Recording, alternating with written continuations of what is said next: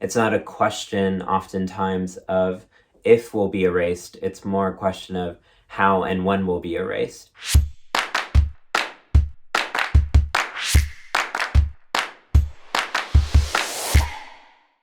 Whenever I moved to New York City in 2013, it was such a fresh experience to be part of a community of queer experimental performance artists.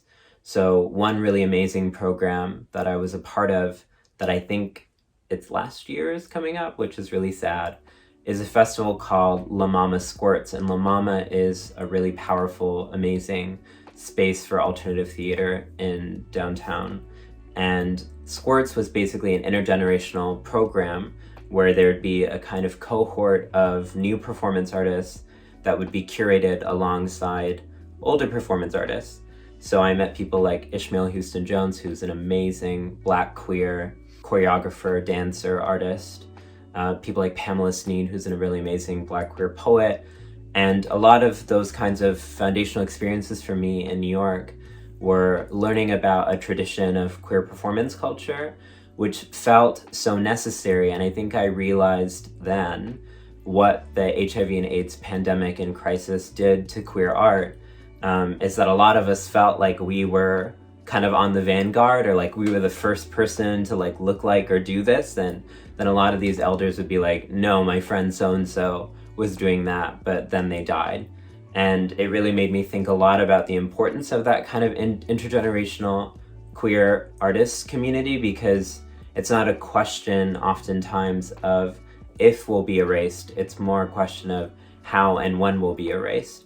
And so we've never been able to rely on institutions to kind of reflect or capture our dynamicism and our vitality. And so I think that's why each one of us has to be a steward.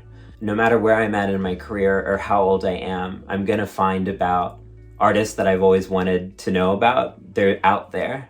It's just oftentimes that I feel like there's an institutional lag, a historical lag, an archival lag. I, for many years, have used social media as a platform to connect as well as disseminate information. I call it a tool of propaganda, and one of the foremost technologies that helped kind of like overcome displacement, or kind of like heal some of the tensions as well as distances that come with forced displacement. The core focus that I have in my work is always to address town people and to address our realities and speak from a position of statelessness and a lack of institutions within a world run by institutions and states, to counter that lack thereof within our community. And something that I've worked on for many years is to create an online type of archive in different forms, starting off with oral history projects, before doing like more photo related projects, and now rewriting histories actually online through Instagram, particularly at this point, using Insta stories as a form of storytelling, and using it also like to work around with maps, distorting pictures, tearing them apart, and playing around with them, like disrespecting a lot of the rules of engagement, especially with maps, which is something that I have been focused on and interested in for many years, since childhood really. So basically I am trying to counteract the statelessness that we as dispersed people experience, but also to find ways of communicating and galvanizing a population that is outside of books, and outside of a single nation territory, but based within different nation territories and facing different socio-economic, socio-political realities within those specific states and places that they're based in. One of the projects that I've been running in Berlin is an event series called Dissolving Territories, Cultural Geographies of Rania, in which we investigate different aspects of statelessness and how statelessness affects the everyday of stateless people. So we look at themes like in the interior design and interior architecture of Tamil people and their homes within exile. We look at the question around aesthetics of protest, the coloring schemes, the design policies and layouts, and how what the histories are and how they functioned back home, but also how they function within the West. Then we look at what it means to die in exile, the death rituals.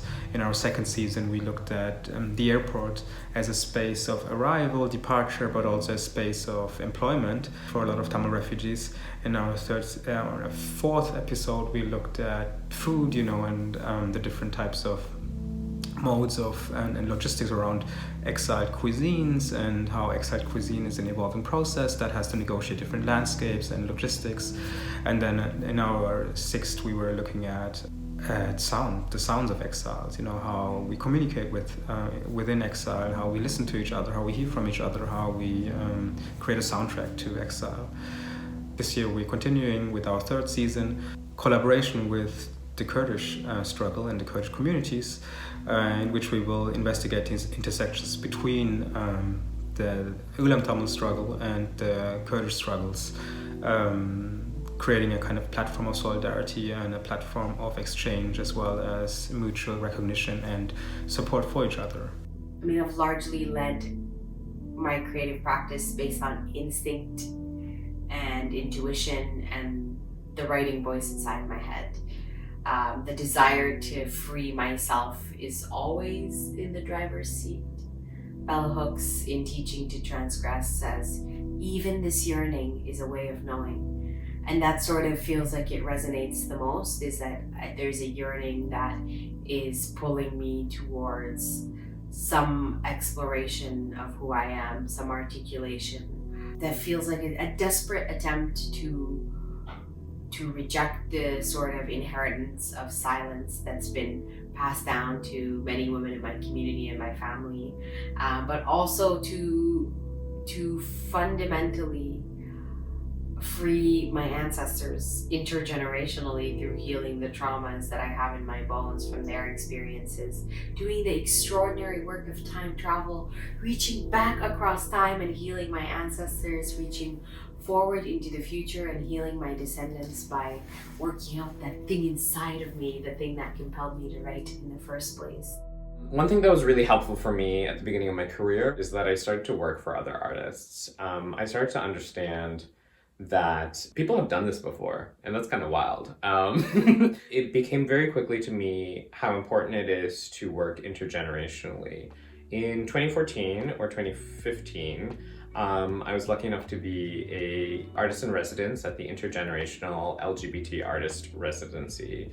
And it was kind of the first time that the phraseology of intergenerational was kind of intentionally introduced to my practice. The purpose of that residency was to address a kind of queer lineage that breaks because we don't have the same incentivization processes of inheritance or family or bloodlines and stuff like that. So, there were generations of queer artists that would just make these brilliant works, and then there would be the next generation who would also be making brilliant works. But the problem with this, and it lends itself to artist burnout, is when there's no intergenerational connections intentionally built between generations, everyone thinks that they're the first to do something in a way that is actually very extractive of their labor, right? There's no ability to build on and gain momentum of the past when we're not connected to the past. So it was a great residency because it started to put together these ideas like better together into more tangible, who is the together and who is often left out, and what is my peripheral social scene, and how do I address that?